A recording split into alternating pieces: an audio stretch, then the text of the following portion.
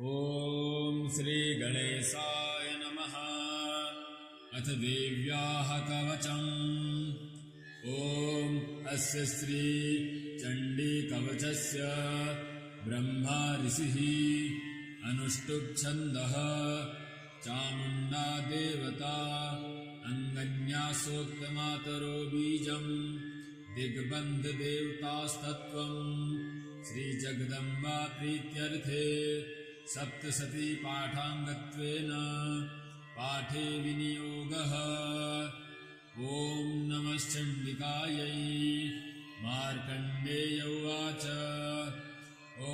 यद्गुह्यम् परमम् लोके सर्वरक्षाकरम् नृणाम् यन्न कस्यचिदाख्यातम् तन्मे ब्रूहि पितामह। ब्रह्मोवाच अस्ति गुह्यतमम् विप्र सर्वभूतोपकारकम् देव्यास्तु कवचम् पुण्यम् तच्छृणुष्व महामुने। प्रथमम् शैलपुत्री च द्वितीयम् ब्रह्मचारिणी तृतीयम् चन्द्रघण्टेति कूष्माण्डेति चतुर्थकम् पञ्चमम् स्कन्दमातेति षष्ठम् कात्यायनीति च सप्तमम् कालरात्रीति महागौरीति चाष्टमम् नवमम् सिद्धिदात्री च नवदुर्गाः प्रकीर्तिताः। उक्तान्येतानि नामानि ब्रह्मणैव महात्मना अग्निना दह्यमानस्तु शत्रुमध्ये गतो रणे विषमे दुर्गमे चैव भयार्तः शरणम् गताः न तेषाम् जायते किञ्चिदशुभम् रणसङ्कटे नापदम् तस्य पश्यामि शोकदुःखभयम् नहि यस्तु भक्त्या स्मृता नूनम् तेषाम् वृद्धिः प्रजायते ये त्वाम् स्मरन्ति देवेशि रक्षसेतान्न संशयः। प्रेतसंस्था तु चामुण्डा वाराही महिषासना ऐन्द्रीगजसमारूढा वैष्णवी गरुडासना माहेश्वरी वृषारूढा कौमारी शिखिवाहना लक्ष्मीः पद्मासना देवी पद्महस्ता हरिप्रिया श्वेतरूपधरा देवी ईश्वरी वृषवाहना ब्राह्मी हंससमारूढा सर्वाभरणभूषिता इत्येता मातरः सर्वाः सर्वयोगसमन्विताः नानाभरणसौभाग्या नानारत्नोपशोभिताः दृश्यन्ते रथमारूढा देव्यः क्रोधसमाकुलाः शङ्खम् चक्रम् गदाम् शक्तिम् हलम् चांसलायुधम् केटकम् तोमरम् चैव परशुम् पाशमेव च कुन्तायुधम् त्रिशूलम् च सारङ्गमायुधमुत्तमम् दैत्यानाम् देहनाशाय भक्तानामभयाय च धारयन्त्यायुधानीत्थम् देवानाम् च हिताय वै नमस्तेऽस्तु महारौद्रे महाघोरपराक्रमे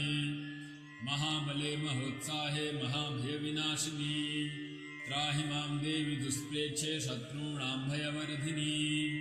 प्राच्याम् रक्षतु मामेन्द्री आग्नेयामग्निदेवता दक्षिणे मत्वाराही नैऋत्याम् खड्गधारिणी प्रतीच्याम् वारुणी रक्षेद्वायव्याम् मृगवाहिनी उदीच्याम् पातु कौमारी ऐत्स्यान्याम् शूलधारिणी ऊर्ध्वम् ब्रह्माणि मे रक्षे दधस्ताद्वैष्णवी तथा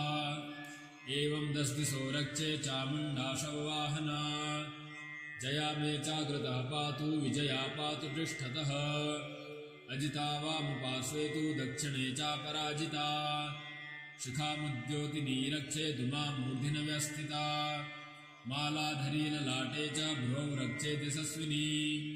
त्रिनेत्रा च भ्रोर्मध्ये यमघण्टा च नासिके शङ्खिनी चक्षुषोर्मध्ये श्रोत्रोर्द्वारवासिनी कपोलोकालिका रक्षेत् कर्णमूले तु शाङ्करी नासिकायाम् सुगन्धा च उत्तरोष्टे च चर्चिका अधरे चामृतकला जिह्वायाम् च सरस्वती दन्ता नक्षतु कौमारी कण्ठदेशे तु चण्डिका घण्टिकाम् चित्रघण्टा च महामाया च तालुके कामाक्षी चिबुकम् रक्षेद्वाचम् मे सर्वमङ्गला ग्रीवायाम् भद्रकाले च पृष्ठवंशे धनुर्धरी नीलग्रीवा बहि कण्ठे नलिकाम् नलकूबरी स्कन्धयो खड्गिनी रक्षेद्बाहुमे वज्रधारिणी हस्तयोर्दण्डिनी रक्षेदम्बिका चाङ्गुलीषु च नखाञ्चूलेश्वरी रक्षेत् कुक्षौ रक्षेत् कुलेश्वरी स्तनौ रक्षेन्महादेवी मनः शोकविनाशिनी हृदये ललिता देवी उदरे शूलधारिणी नाभौ च कामिनी रक्षेत् गुह्यं गुह्येश्वरी तथा पूतना कामिका मेढ्रं दुदे महिषवाहिनी कट्यां भगवती रक्षे जानुनी विन्ध्यवासिनी जङ्घे महाबला रक्षे सर्वकामप्रदायिनी